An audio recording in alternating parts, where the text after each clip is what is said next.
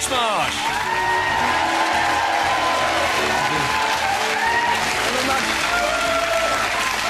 Thank you, you're very kind. Hello, welcome to Wednesday's AT show. For the next 60 minutes, you're in for a real treat, so sit back and get comfy. My first guest is the interior design guru who's transformed the homes and yachts of some of the world's most high-profile celebrities, and now she's on fire making business deals in Dragon's Den. Please welcome Kelly Hoppen.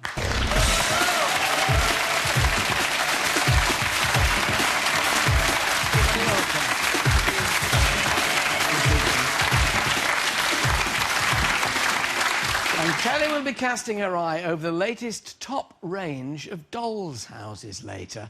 These you have to see. Plus, as it's Wednesday, it can only mean one thing. The AT medical team have an open clinic. What are you tackling today, Dr. Anita? On today's show, Lucy and I are delving into the topic of food allergy and food intolerance. Very exciting. We're going to tell you the difference between the two and what you should do if you think you have a food allergy. Oh, right, we've all got one. Or 7. Plus, have you ever wondered, while you're sipping your cappuccino, how the froth is made? Apparently, there's a science behind it. Is that right, Stephen Gates? Unbelievably complex fluid dynamics into making the froth on top. So we're going to use that and turn it into a ridiculous game. You see, you didn't realise you were going to do fluid dynamics this afternoon, did you? Sounds slightly unpleasant. It is good fun when he does it. More from Stephen later. And in our ding-dong today, should you dress to please your man? Yes! Settle down, settle down. One man, yes, yes, no. That's the controversial subject up for discussion later. But first, the promise of meeting girls at his local amateur operatic society as a teenager was enough to get my next guest singing. Since then, he's performed on the balcony of Buckingham Palace, sold out the Royal Albert Hall, starred in the West End, and is now singing in one of ITV's most popular dramas, Mr. Selfridge. Dreaming when the skies are blue, when they're grey. Oh, you haven't changed a bit. You'll have to smarten me up a little. My dress coat has seen better days. Oh, I can arrange that. I bet you can arrange anything now. You landed your stage door Johnny. It's what all the girls wanted, but you got it. He's got it too. Please welcome Alfie Boe.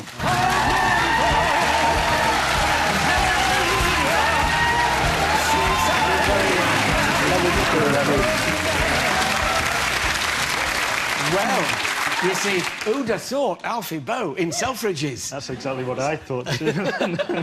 So, any acting before?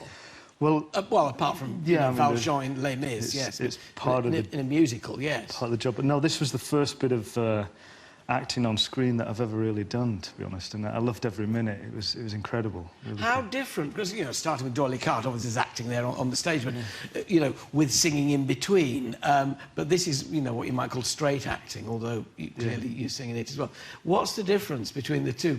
Presumably on telly, much smaller, is it? Yeah, it is. I mean, when you're on stage, you really project your text or your vocal ability. You project the songs and you put yourself out there. But on screen, you have a microphone right there, you know, or a microphone on your clothing or somewhere like that, and you can be really intimate in the scene. You can speak very softly, speak quietly, and it'll all be picked up just like it is in here. Judging by the light in your eye, you've tasted blood here. I want to do more of this. Do you want to do more? I would love to. I would love to. I think because of the relationship between Lady May and Richard Chapman, there is going to be a spin-off from Selfridges, you know, called Chapman and May. I don't know.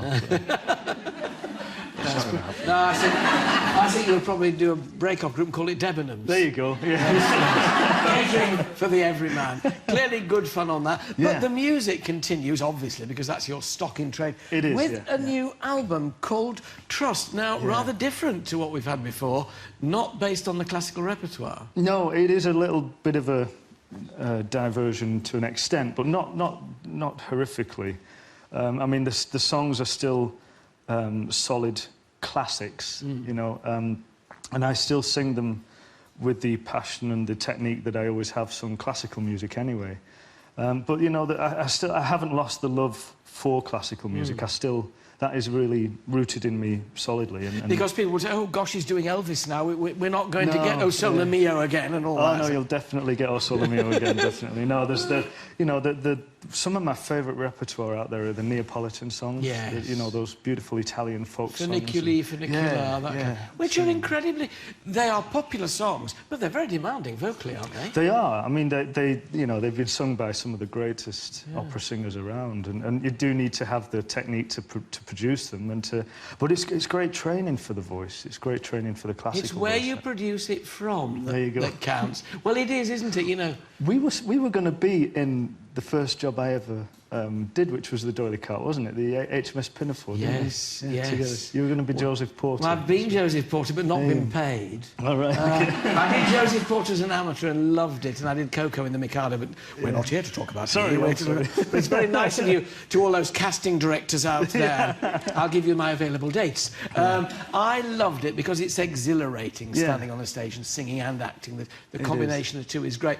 To have done that amazing 25th anniversary performance of Les Mis, and then to have had 11 performances in it with Matt Lucas, I guess is kind of a dream job, isn't it? It is. It's a great show to be involved in.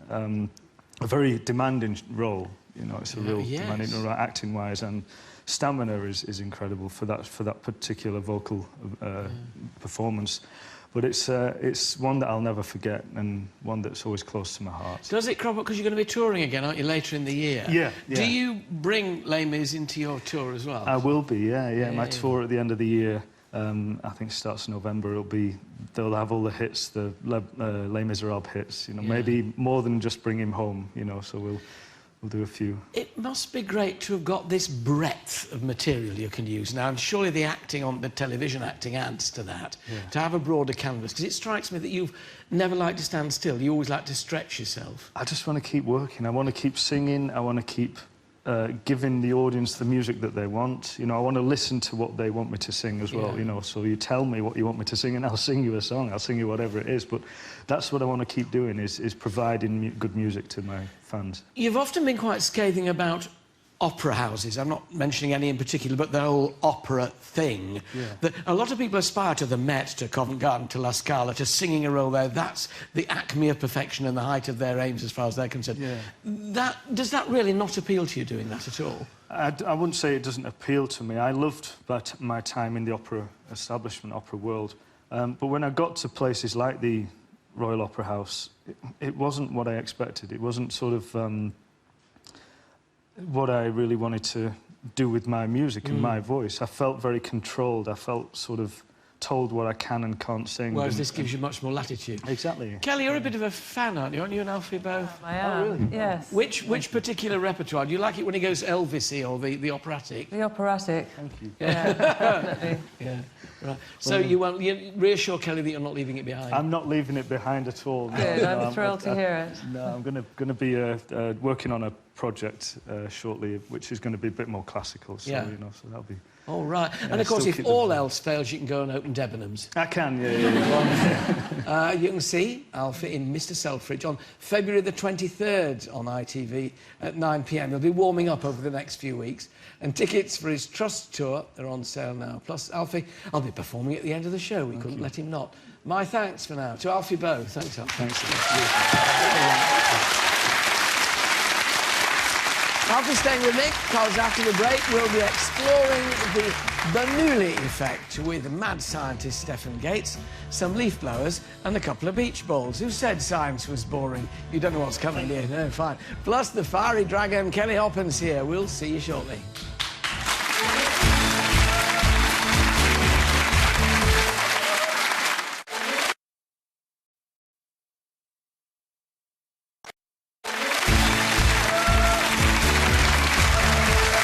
Hello again, still to come. She's the Queen of Taupe and proud of it, taking time out from the den. Kelly Hoppins here.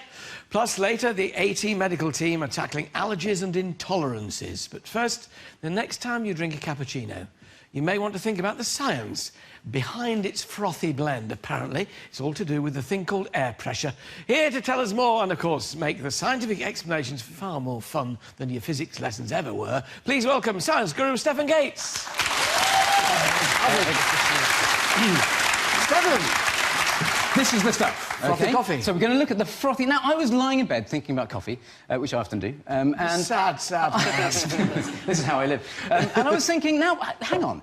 We think that bubbles in milk are made by steam coming out of here, plunging into the milk, and leaving behind a little bubble. Yeah. Now, that's actually not the case. There's actually some fascinating science behind how this works. So it's not the steam, because as soon as the steam gets into the milk, it turns back into water. It doesn't leave any gas behind. Right. What it's doing is it's creating low pressure, OK? And this is some extraordinary fluid dynamics called the Bernoulli principle. Sorry, I've just gone to sleep. I know, but stick with me, because you need to do some stuff. Yeah, OK? You want to know about fluid dynamics? You just come here. It gets better, it gets better. So, OK, so we're talking about low pressure. So something moving fast creates low pressure around it. So what I'd like you to do is make a kissing noise. Go like that.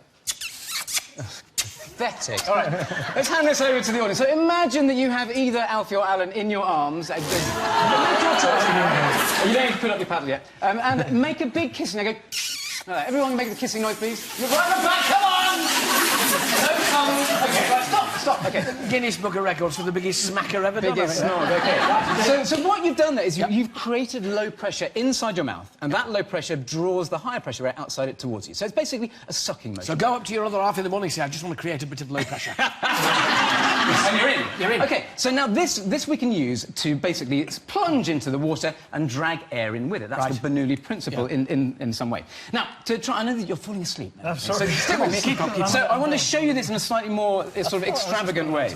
We can do a competition. Pay attention, though, for crying out loud. Now, what I'd like you to do, Alan, if you take this black bag here, I'd like you to blow the bag up, OK? There you go. You can grab that one. Alfie... oh, hold on. Wait.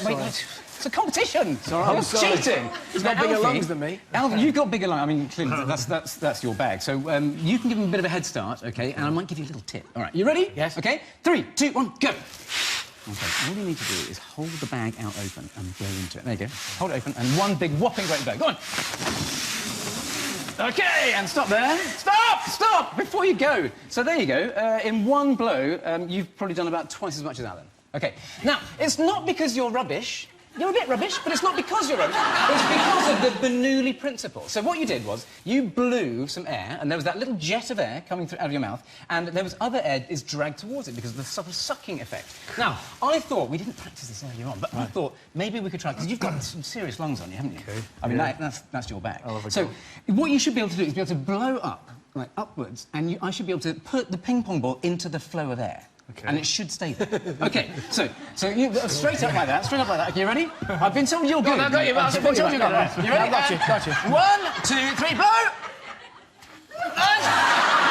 Sorry, and again. Let's do it again. No, stop. I'm disappointed in you. That was pathetic. I don't know how hard I had to do it. All right, OK. So I know that. Have a lot pretty of it then, tricky. right. All right, back to the science. Yes. Getting me distracted again. Right, now, so I what we're feel going to like do... a failure. I want to do that again. Well, in many ways you are, but thanks. you've got a career out of it. So what we're going to do is we're going to show you... This is a tool that will do the same thing, OK? So that is your Alfie Boe's lungs there, and these are some little streamers which basically show you that they're being dragged in, they're being sucked into the airflow by the Bernoulli effect. Sucking it in. What we can do is we can put a ball into that flow of air, and you can see that it sort of wriggles around it. And because the air is fastest in the middle, the suction is most in the middle, and it will stay there. So you hold that, you should be able to bend it over to the side of it. A little bit further, And it's basically fighting. There's the Bernoulli principle, the Coanda effect, there's the Magnus effect, all sorts going on. And then we've got Newton's law. Anyway, I know you've got short attention spans, so let's move on from that. What are we dealing with here? OK, so what we're going to do, I know that it still seems a bit obscure. It's true, isn't it? It is a bit obscure. But we're going to use this idea of the Bernoulli principle, and we're going to blow it up onto a big scale. Right. OK? And we're going to turn it into a game. This is aerial golf. Oh. OK? What I've got for you is some Bernoulli bazookas. So, Alan, if you come over to here to this one. Yes. OK? Right, yes. You are... I've spent hours doing this on the computer at home. That's your Wing Commander Titchmarsh. Oh, I like Wing Commander Titchmarsh. Alfie, you are Squadron Leader Boe. Thank you. There you go. Thank you. Now, your assistant Not that is I'm Chris. pulling rank. Exactly. So, now, what we're going to do, I'm going to show you how to do it first. Right, OK, so, Alan, if you just... You just borrow hold that mine. a second. Yeah, OK. So, we're going to find the airflow, and we're going to throw the ball into the flow of air. OK, right, here we go. OK, once it's in the flow of air, we're going to come here. Yes! So the idea is we have to get it through the hoop. That's right, but and imagining that you're making a coffee at the same time, obviously, because that brings us and back we're to in the science. competition here. Timey, you go first, and then I'll follow. OK? So, OK. See how long it takes you to get it through the hoop. Right.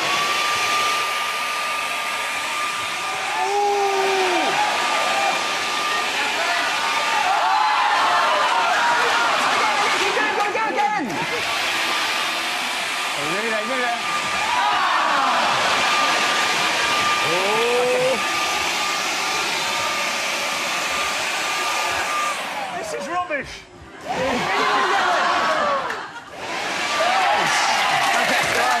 OK, now... Alan, this is a gardening tool. I would expect you to be better at this, OK? Better with a leaf blower than an opera singer. Right?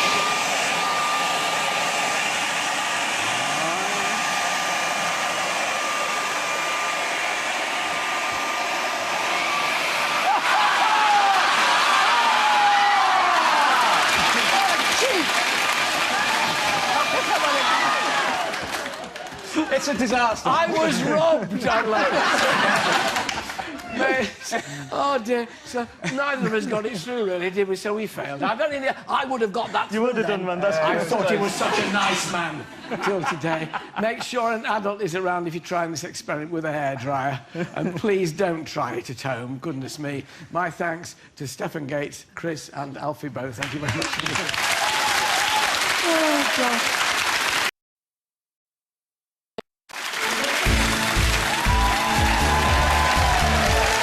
On the back's going to come, if you have a business plan, she's your lady, interior designer to the stars. Kelly Hoppins here. Plus, it's not just life-size houses that need the Midas touch.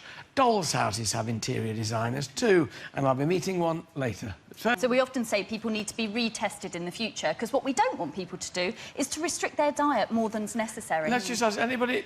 Kelly, any allergies, intolerances? I have a gluten allergy. I haven't eaten gluten for 27 years. Goodness me. And I swell up like a balloon if I eat it. And we can Alfie? actually... I was have this wheat seems to affect me quite a lot, you know, but so I limit myself to eating pizzas, pasta, pastries, Fine. beer, you know. So, as far as you're concerned, Paul Hollywood's a no-go area. Yeah, fine, OK. Well, someone who's becoming increasingly intolerant to fruit and is desperately seeking dietary advice is viewer Felicity Annan. Felicity. Lovely to see you now. So, Felicity, tell us what your problem is. Please welcome Kelly Hoppin, MEE.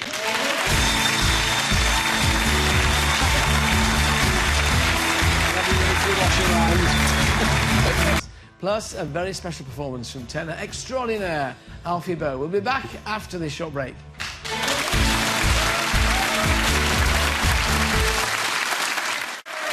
Thanks to all my guests today. I'm back tomorrow with the man behind some of The Simpsons' funniest characters. That's Harry Shearer.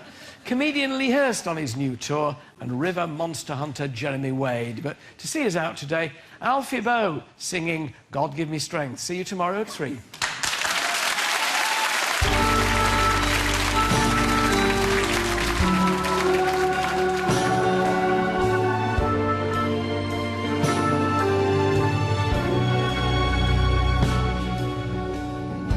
I have nothing, so God give me strength, 'cause I'm weak in her way. If I'm strong, I might still break. I don't have anything to share. I won't throw away into the air. That song is sung out. This spell is rung out. She was the light that I blessed. She took my last chance at happiness. So God give me strength. God, if she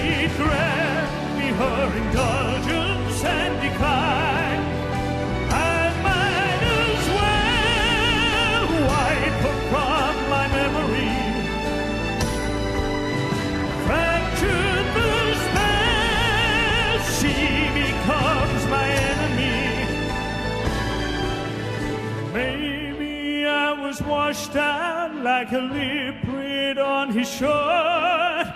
See, I'm only human. I want him.